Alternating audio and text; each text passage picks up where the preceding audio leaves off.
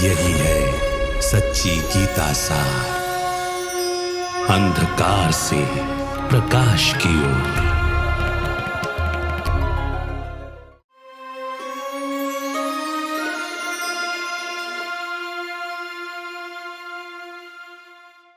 नमस्कार। अंधकार से प्रकाश की ओर सच्ची गीता सार इस कार्यक्रम के एक और एपिसोड में आप सभी का स्वागत है।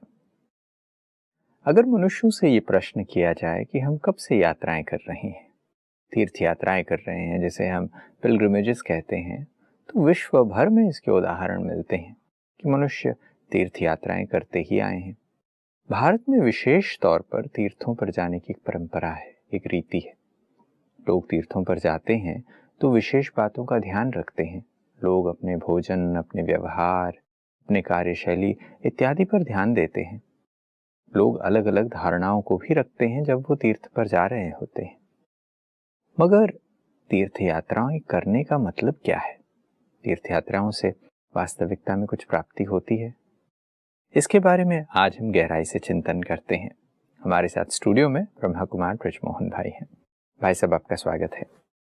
ओम शांति।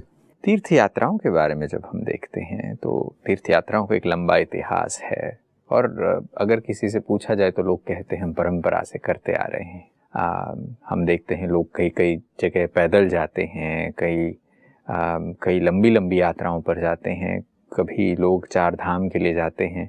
तो ये तीर्थ यात्राएं कब से हुई हुई? ये मनुष्य ये यात्राएं क्यों करते हैं? पहली बात तो ये है, ये यात्राएं भारत में ही सबसे ज़्यादा होती हैं। अन्य बाद में जो धर्म आए हैं उनमें कहीं कहीं, जैसे इस्लाम है, क्रिश्चियन है, उन्होंने भी अपने कुछ पिलग्रिम सेंटर बनाए हैं, लेकिन वो गिने चुने हैं। फिर कई ऐसे देश हैं जिनमें तीर्थ यात्राएं होती ही नहीं, क्योंकि उनको इसका, वो बहुत बाद में आए हुए देश हैं, ना उनके महत्व को जानते हैं, ना उन्होंने इसकी पद्धति को कभी अपनाया है। वो टूरिज्म कर लेते हैं, लेकिन तीर्थ यात्रा का उनको महत्व नहीं। अब भारत के लोग करते हैं। तो भगवान ने हमें बताया हुआ है कि जब मैं अवतरित हुआ था उस समय मैंने अपने बच्चों को जो जिस प्रकार से ज्ञान सुना करके, जिस प्रकार से जो भी कार्य कराया था, बाद में जब दुख शुरू हो जाता है तो उसके स्मारक बनते हैं। और वो स्मारक जो भगवान ने कराया था, ये भी मनुष्यों की बुद्धि का कमाल है, उसके स्मारक बनते हैं। तो भगवान ने भी कोई यात्रा करवाई थी, उस यात्रा की कॉपी करके भारतवासियों ने तीर्थ यात्राएं बनाई। तो आप देखेंगे तीर्थ यात्रा में कोई यातनाएं होती हैं, या तो बिल्कुल पहाड़ों की चोटी पर जाके जैसे अमरनाथ की यात्रा करते हैं। अब अमरनाथ की यात्रा करते हैं, लेकिन वो यात्रा लिमिटेड टाइम के लिए होती है।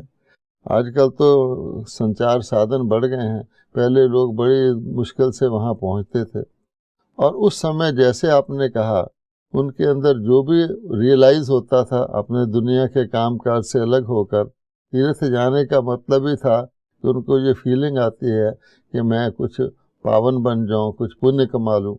तो उस रियलाइजेशन को, कोई शराब पीता है तो सोचता था मैं तीर्थ यात्रा पर जा रहा हूँ, मैं शराब ना पीऊँ। कोई सिगरेट पी रहा है, कोई और व्यभिचार कर रहा है, रिश्वत ले रहा है, तो वो ऐसा सोचते थे। और उस वक़्त उस समय में, क्योंकि तीर्थ यात्राओं को भी सतोर जो तुम हो जाता है, बाद में तो कुछ नहीं रहता। तो फिर वो जाते थे, जितना समय यात्रा पर जाते थे बड़ी दृढ़ता से अपने उस प्रतिज्ञा का पालन भी करते थे। अब अमरनाथ में गए, उसके बाद क्या होता है, तो यात्रा से वापस आते समय तक भी वो ध्यान रखते हैं, लेकिन जब वो घर पहुंचते हैं तो जो पावन बनने की भावना से गए थे फिर पतित बन जाते हैं। मैंने नहीं देखा कोई ऐसा व्यक्ति जो तीर्थ यात्रा पर कुछ चीज़ छोड़ा हो, उतना समय तो छोड़ता है, घर में आकर फिर वही काम कर लेते हैं। उनको ये भी नहीं पता कि हम भोगी फिर भोगी बन जाते हैं, उसी तरह गृहस्थी बन जाते हैं।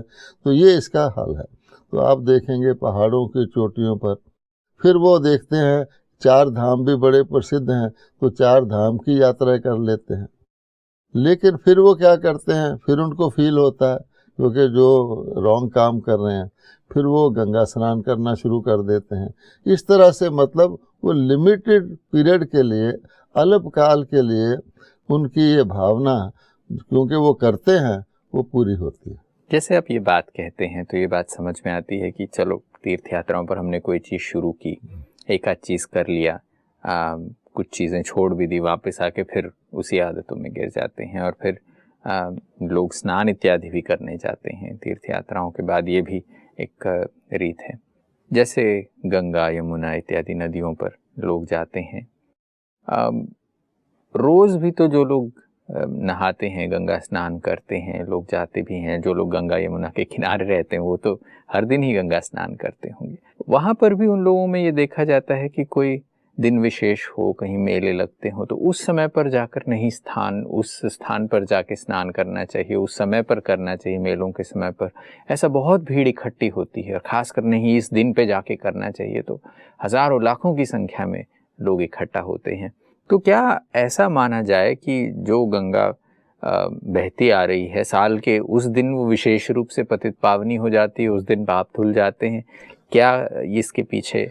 यानी पहली बात तो ये है, तीर्थ यात्रा पर जाना पहले वक्तों में बहुत समय लगता था, अब भी कुछ समय तो लगता है।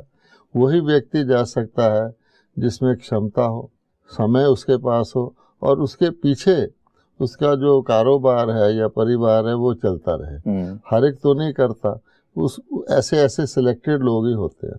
फिर भावना सबके अंदर रहती है, तो कई ऐसे गरीब लोग भी होते हैं, भावना बड़ी स्ट्रांग होती है, वो साल में एक बार भी कुंभ लगता हो वहाँ चले जाते हैं। वो समझते हैं हमारे लिए यही तीर्थ यात्रा काफ़ी है। तो तीर्थ यात्रा का महत्व एक प्रकार की भावना से है भारतवासियों के अंदर कि ये हमारा पुण्य का काम हो जाता है, और एक प्रकार का जिसको कहते हैं ना मेंटल सेटिस्फैक्शन, भावना का तो फल भगवान भक्ति में देता ही आता है। तो इसलिए आप देखेंगे कि गंगा के किनारे रहने वाले ऐसे बहुत से सिटीज़ हैं भारत के अंदर। गंगा बहुत लंबा बहती है, उसके किनारे रोज़ ही गंगा का ही पानी उनके नल में भी आता है। और कईयों की आदत होती है, मान लो बनारस के लोग हैं, वो गंगा स्नान करने रोज ही चले जाते थे। आजकल जरा उसके अंदर पोल्यूशन आ गया है, फिर भी ऐसा पद्धति बनाई गई है कि उन नदियों के जिनको पतित पावनी कहते हैं, गंगा है, यमुना है और नदियां हैं, तो उन पे विशेष दिवस रखे गए हैं। और उन दिवस का महत्व देखते हुए वो लोग घर में गंगा का रोज स्नान करते हुए भी या गंगा पर आकर भी उन दिनों में विशेष जाते हैं। तो हम देखते हैं ऐसे ऐसे उत्सव हैं। हमने तो विदेशों में भी देखा, मॉरिशस में जाएं, हिंदू लोग वहाँ हैं, उन्होंने वहाँ शिव काशी भी बनाई हुई है, गंगा भी बनाई हुई है। तो भावना ही है ना, नदियाँ तो वही हैं। अगर वो पावन करती भी हैं तो सारा साल करती हैं, फिर भी व्यक्ति जो अपने हिसाब से थोड़ा बहुत उनको क्षण भंगुर एक फीलिंग आती है कि मैं पावन बनूं, और उतना समय कम से कम वो रहते हैं। हर व्यक्ति कहता है चलो बहुत नहीं थोड़ा ही सही, तो इतना समय मैं जाऊंगा। सर्दी के वक्त उन्होंने कई मुहूर्त रखे होते हैं, सुबह 4 बजे, तो व्यक्ति गंगा में स्नान करके कांपता भी है, तो उनको फील होता है कि मैंने कांपने से मेरे पाप खत्म हो रहे हैं। ये भावना की बात है। तो अल्पकालिक भी चला आता है, और ये यात्राएं सब शारीरिक है। आप देखेंगे शरीर के साथ ही जाएंगे और शरीर के साथ वापस आ जाएंगे। और शरीर का तमोगुनी शरीर जो होगा, तमोगुनी बुद्धि वाले का, वो आते ही, यानी वो इसको भी एक समझते एक पीरियड है। जैसे मुसलमान लोग रखते हैं ना, रोज़ा रखते हैं, उसका भी यही भाव होता है, अपने अंदर एक प्रकार की धारणा करके थोड़ा बहुत सहन शक्ति उनके अंदर आती है, लेकिन ये टेम्परेरी है। जैसे आप ये बात बता रहे हैं कि ये सारी चीज़ें टेम्पररी हैं, हम देखते हैं लोग देवियों के मंदिरों में जाते हैं यात्रा करने के लिए। जैसे आपने नदियों की बात की कि नदियाँ हमेशा से बहती आई हैं, हम देखते हैं कि नदियों में अलग अलग प्रकार की चीज़ें डालते हैं, हम हाल ही में मुर्दे भी डाल देते हैं। तो ये सारी चीज़ें देख के लगता है कि एक्चुअल में तो इससे कोई फ़ायदा नहीं है। क्या पानी की नदी सिर्फ वो एक दिन, जिस दिन की खास आप बात कह रहे थे, उस दिन वो पावनी बन जाती है, वो पतितों को पावन करती है, और दूसरे दिन वो पावन नहीं करती? क्या इसका ये तात्पर्य हो जाएगा फिर? हरिद्वार के पास एक भीम गोड्डा है, वो एक तालाब है। पहले आबादी थोड़ी होती थी, लोग उसमें भी जाके स्नान करते थे। ये भीम ने यहाँ गोड़ा लगाया था। अब धीरे धीरे जनसंख्या बढ़ रही है। अब आप वहाँ जाएंगे तो लगभग मड होता है, फिर भी भावना के कारण लोग उस मड को भी शरीर पे मल लेते हैं। तो भारतवासियों में ये भावना है। इस कारण से आप देखेंगे कि कुछ ना कुछ भावना का फल भक्ति में उनको मिलता है। और आप जानते हैं कि कहाँ पूर्णिमासी, पूर्णिमा जहाँ फुल मून होता है, धीरे धीरे धीरे आकर मून थोड़ा सा ही रह जाता है। इसी प्रकार से आप ये समझ लें कि असली भगवान का जो ज्ञान था, जो उन्होंने यात्रा कराई थी, उसके लिए तो 2 युग के लिए स्वर्ग बन गया था भारत, वो तो खत्म हो गया। फिर धीरे धीरे ये जो पद्धतियां चली, हर पद्धति पहले सतोगुनी होती थी। धीरे धीरे आप देखेंगे तीर्थ यात्रा में व्यक्ति दान पुण्य भी करता था, अच्छे लोगों को देता था। अब धीरे धीरे वहाँ एक कमर्शियल हो गया है। लोग तीर्थों पर भी लोगों ने विषय भोग के साधन बना दिए हैं।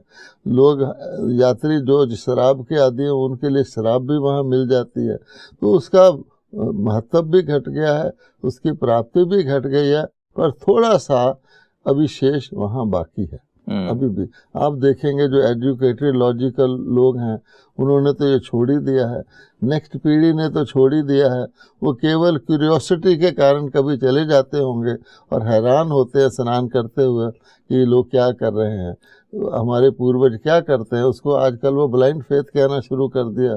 जो फेथ का कंटेंट था वो भी धीरे धीरे खत्म हो गया। आपने ये बात कही थी कि किस चीज़ में स्मारक है, ये कब कभी ये चीज़ ऐसी हुई थी जो लोग नदियों में नहा रहे हैं, पहाड़ की चोटियों पर जा रहे हैं, ये गीता में इसके बारे में क्या चीज़ कही जाती? अब ये सारा कनेक्टेड है यात्रा से। आजकल भी आप तीर्थ में यात्रा में जाएं तो आपको वहाँ पंडे आपके पीछे लग जाएंगे स्टेशन से उतरते ही, और वो उनके पास रिकॉर्ड रहता है। आप बताएं, आपसे ज़बरदस्ती पूछेंगे आप किस गोत्र के हैं, किस जात के हैं, फिर पन्ना निकाल के आपके पूर्वजों का बताएंगे कि आपके दादाजी इस नाम के यहाँ आए थे। तो एक्चुअली पंडे का मतलब होता है गाइड। लेकिन अब वो पंडे भी तमोगुनी हो गए हैं। वो आपको ले जाएंगे कि शॉपिंग करनी मैं करवाऊँगा, यजमान समझेगा कि मुझे अच्छी शॉपिंग कराएंगे और सस्ता करेंगे। तो जो दुकानदार उसको पहले ही पता है कि पंडा लेके आएगा, भावना होगी, जो कुछ मैं चार्ज करूंगा वो दे जाएगा, उसमें पंडे का हिस्सा भी होता है। अर्थात ये गिरावट आ गई। अब पंडा कौन होता है, यात्रा क्या है? तो भगवान कहते हैं ये सब जिस्मानी यात्राएं हैं, जिस्मानी पंडे हैं। एक्चुअली शुरू हुआ था परमात्मा ने आत्माओं को याद की यात्रा करवाई थी, जो एक रूहानी यात्रा है, जिसके लिए आपको कहीं जाने की आवश्यकता नहीं है, किसी प्रकार के पोस्चर में बैठने की आवश्यकता नहीं है, कुछ दान पुण्य की आवश्यकता नहीं है। ये मानसिक है। परमात्मा ने गीता में साफ साफ कहा है 18वां अध्याय में कि मन मना भव और माम एकम, मन मना भव याद करो और सब कुछ भूल करके मेरी शरण में आ जाओ। अब इसका मतलब क्या हुआ? ये परमात्मा की याद की यात्रा है, क्योंकि यात्रा का मतलब होता है कहीं से कहीं जाना। अब आप भी यात्रा करते हैं, मान लीजिए आपने दिल्ली से अहमदाबाद जाना है, तो आप अहमदाबाद जाएंगे, अपना कार्य करेंगे और जब कार्य पूरा होगा वापस आ जाएंगे। कोई जिस्मानी यात्रा है। भगवान इस तरह की जिस्मानी यात्रा नहीं कराते, वो यात्रा कराते हैं जिसमें परम धाम से जब आत्माएं दुनिया में आई थी और अपना पूरा जन्म मरण के चक्कर में आती रहीं। स्वर्ग में शरीर छोड़ेगा तो स्वर्ग में पुनर्जन्म लेगा, कलयुग में शरीर छोड़ेगा तो कलयुग में पुनर्जन्म लेगा। भावना से वो कह देंगे स्वर्गवास हो गया। ये यात्रा जब पूरी होती है, अर्थात सृष्टि नाटक जब पूरा होता है शारीरिक, तो परमात्मा फिर आत्मा को वो यात्रा सिखाते हैं जो इस शरीर को सदा के लिए त्याग करके वो वापस परम धाम में जा सके। तो ये याद की यात्रा वो रूहानी यात्रा है जो आत्मा करती है, कहीं से भी कर सकती है। उसका भाव अर्थ यही होता है कि अब तुम मन को मेरे साथ लगाओ, उसका अभ्यास करो, बार बार अशरीरी बनो, क्योंकि वो यात्रा के लिए, फाइनल यात्रा के लिए यहाँ से पूरा आज़ाद होना चाहिए। अगर आप अर्जुन के लास्ट शब्द देखें, वो क्या कह रहा है कि मैं नष्टो मुहा स्मृति लब्ध हो गया हूँ। हे भगवान, आपका सारा ज्ञान सुन के मैं समझ गया हूँ कि अब इस नाटक का अंत होने वाला है, ये वैसे ही मुझे इसको छोड़ना पड़ेगा, इसलिए मुझे स्मृति आ गई है कि मुझे अब परम धाम में रिटर्न जर्नी करनी है। इसलिए आपने जो आप आज्ञा देंगे मैं करूँगा। और आज्ञा भगवान की यही है कि यहाँ रहते हुए जब तक वो तुम्हारा समय आए मन मना भाव हो जाओ, माम एकम हो जाओ, सारा ध्यान परमात्मा लगाओ और यहाँ से न्यारे हो करके कर्म करो। उसका तरीका क्या कि मेरे प्यारे हो जाओ। हम कहते रहे हैं परम पिता, परम प्रिय परम पिता, उसको सुप्रीम गिनते रहे। तो जो सुप्रीम है वो हमको मुक्ति देना चाहता है और हम खुद भी मुक्ति चाहते हैं। चाहे उसको मुक्ति कह लो या जीवन मुक्ति कह लो, चाहे स्वर्गवास कह लो या परलोक सुधारना कर लो, उसका वो प्रोसेस सिखाते हैं और उसका नाम है याद की यात्रा, जिसको लोगों ने योग कह दिया। योग जरा भारी शब्द है। गीता लिखने वाले ने भी योग शब्द लिखा है कि मेरे साथ योग युक्त हो जाओ, मेरे साथ मनमना भाव हो जाओ। तो आत्मा का परमात्मा से योग, अर्थात परमात्मा परम धाम के निवासी हैं, उनको याद करते करते ये ऐसी यात्रा है, एक बार आत्माएं जब चली जाती हैं तो फिर वापस मृत्यु लोक में नहीं आती, मृत्यु लोक कन्वर्ट ही हो जाता है। जैसे इन यात्राओं के बारे में आपने बताया, ये कितनी रोचक बात है कि हम जो एक स्पिरिचुअल और एक सटल चीज़ थी, जो एक गहराई वाली बात थी, उसको हम फिज़िकल ले आए और आज हम उसके मायनों को भूल चुके हैं और सिर्फ जो फिज़िकल जर्नीज़ हम कर रहे हैं, जा रहे हैं, आ रहे हैं, डुबकियाँ लगा रहे हैं, ये सब कुछ कर रहे हैं। मगर वास्तविकता में जब इस स्पिरिचुअल यात्रा की जब बात की जाती है, आज हम उस चीज़ को बेहतर समझें, उस यात्रा को उस समय के हिसाब से समझें, ये कैसे संभव होता है? क्योंकि हमें लगता है कि हाँ, हम तो ये सारी चीज़ें करते आ रहे हैं, तो हमें लगता है कि हाँ, यही चीज़ें करते रहनी चाहिए या इन्हीं चीज़ों में लोगों को मज़ा भी आ रहा है या लग रहा है एक चेंज हो रहा है। मैंने आपसे पंडों का जिक्र किया था ना जी, कि पंडे तीर्थों पर पाए जाते हैं और जैसे ताजमहल का गाइड होता है, वो स्पिरिचुअल गाइड के तौर पे गिने जाते हैं। कभी वो पंडे इस तरह के होते थे, तभी तो उनके पास रिकॉर्ड है।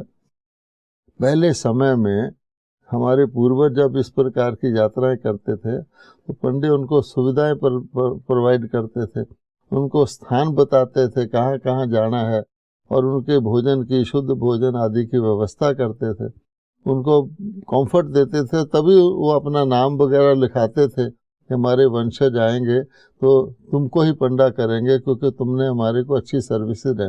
ये फिजिकल है। अब आपने पांडव भी शब्द सुना है कि भगवान का साथ देने वाले पांडव थे। अच्छा, और भगवान को सुप्रीम पंडा कह सकते हैं अगर आप ये ध्यान में रखें कि जिस पंडे ने यात्रा करवाकर रूहानी परम धाम में आत्माओं को ले जाना, वो पंडा अकेला काम तो नहीं करेगा। अगर कृष्ण जी को भी उन्होंने भगवान माना है, उन्होंने उंगली लगवाई है गोवर्धन पर्वत को उठाने के लिए, अर्थात अनेक आत्माएं।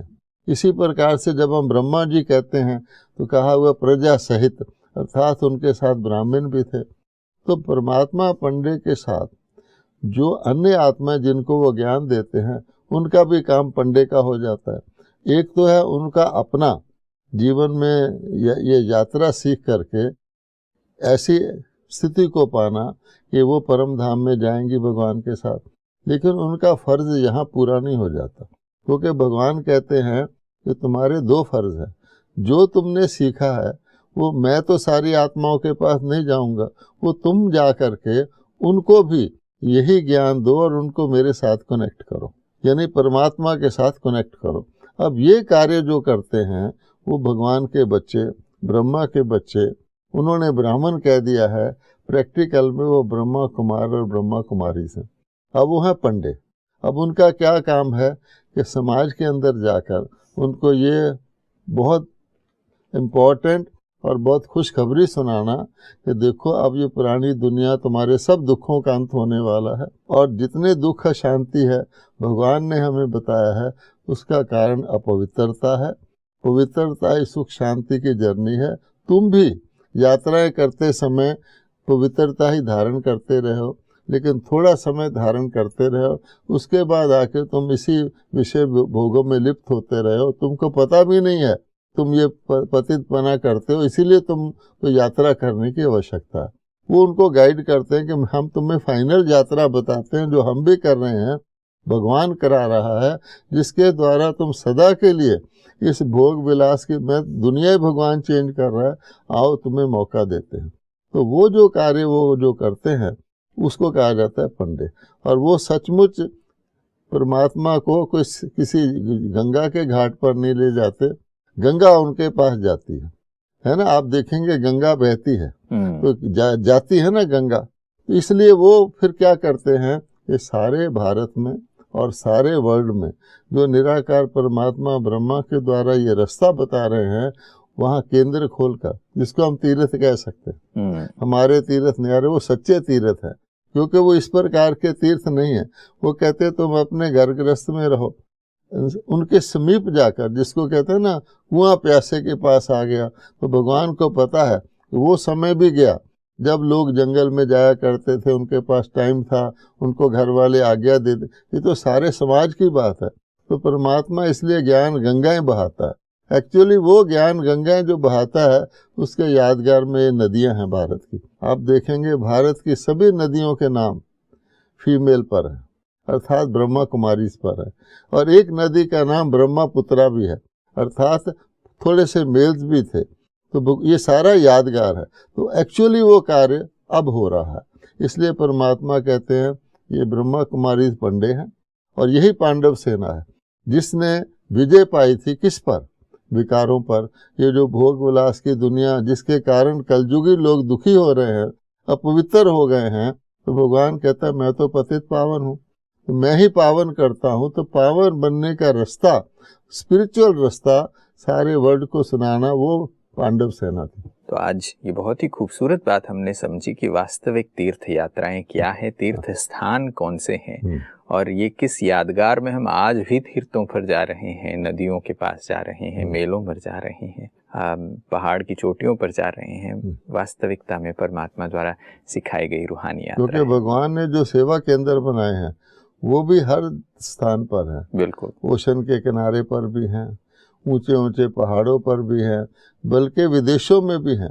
लोग क्योंकि भारत को ही गिनते हैं कि भगवान के जन्म अवतरण भूमि भारत है, भारत में ही पावन हुए, लेकिन वो ये नहीं जानते कि महाभारत कहते हैं। Mahabharat means whole world. तो ये भारत आज टुकड़े वाला भारत नहीं था। लोग भी बताते हैं कि भारत के साथ पहले बर्मा भी जुड़ा हुआ था, ये भी जुड़ा हुआ था। कई लोग तो ये बताते हैं कि कॉन्टिनेंट ही इकट्ठे हो गए थे, इस तरह समझाते हैं। तो भगवान कहते हैं सोचो कि मैं जो स्वर्ग बनाता हूँ उसमें सारा विश्व ही भारत होता। बिल्कुल, उसमें जो श्री लक्ष्मी श्री नारायण है या श्री सीता श्री राम है, उनका चक्रवर्ती राज्य गाया हुआ, अर्थात वो विश्व के महाराजन थे। तो भारत एक था ना। तो भगवान कहता है तो ऐसा तो नहीं कि मेरे ज्ञान में सिर्फ भारतवासियों का अधिकार है, सारे विश्व का अधिकार है। तो सारी बात भगवान समझाते हैं। वो तो यहाँ तक बताते हैं कि जहाँ जहाँ तुम्हारे सेवा के अंदर हैं सच्चे तीर्थ हैं, जब विनाश होगा उसके बाद जो नई दुनिया आती है वो आपके पिकनिक स्पॉट बन जाएंगे। वहाँ फिर भी थोड़ी थोड़ी धरती रहेगी और देवता लोग विमान में, वो डिटेल की बात है लेकिन इतनी इंटरेस्टिंग बात है। बहुत ही रोचक चर्चा है, मगर समय को देखते हुए यहाँ विराम लेना पड़ेगा। हम अगले एपिसोड में कुछ और विषयों पर चर्चा आगे जारी रखेंगे। आप स्टूडियो में आए इसके लिए आपका बहुत बहुत धन्यवाद। नमस्कार। ओम शांति। दोस्तों, कितनी मजेदार बात है, तीर्थ यात्राओं पर मनुष्य सदियों से जाते रहे हैं। भारत में तीर्थों पे जाने की परंपरा रही है। आखिर ये किस चीज का यादगार है, किस चीज का स्मारक है? ये परमात्मा के उस दिव्य कर्तव्य का स्मारक है जहाँ पर परमात्मा ने ज्ञान गंगा बहाई, मनुष्य आत्माओं को ज्ञान से सींचा, उन्हें पवित्र किया, उनके जीवन में क्रांतिकारी परिवर्तन ले आए, उन्हें विकारों के ऊपर विजय दिलाई। उसके यादगार में, उस रूहानी यात्रा के यादगार में आज भी हम तीर्थ यात्राएं करते हैं। सच्चे तीर्थ क्या हैं, उन चीज़ों को भी हमने आज समझा। आज के एपिसोड में बस इतना ही। अगले एपिसोड में कुछ नए विषयों के साथ फिर हाजिर होंगे। तब तक के लिए नमस्कार।